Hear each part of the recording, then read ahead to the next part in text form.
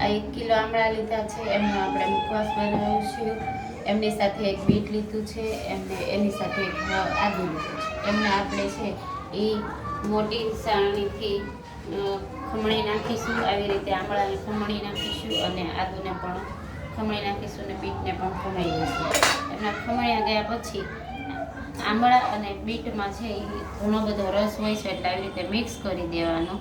Mix કર્યા પછી એને આવી રીતે નીચેવી લેવાનો, એટલે આ રસ નીકળી જશે. એટલે રસ નીકળતા એકદમ સારું સુકાઈ જશે. અને એના પછી આ મસાલો છે, એની અંદર મેં સાકર છે, મીઠું છે, અજમા છે, લવિંગ છે અને કાળી મરી છે, એવું બધો મસાલો લીધેલો છે. એ આની ઉપર આપણે ભભરાવી દઈશું અને એને તડકામાં સૂકવી દઈશું. તડકામાં સુકાવ્યા પછી આને આવી રીતે તમે જોઈ શકો છો કેવો સરસ સુકાઈ ગયો છે અને તમારા ફેમિલી સાથે તમે શેર કરી શકો છો.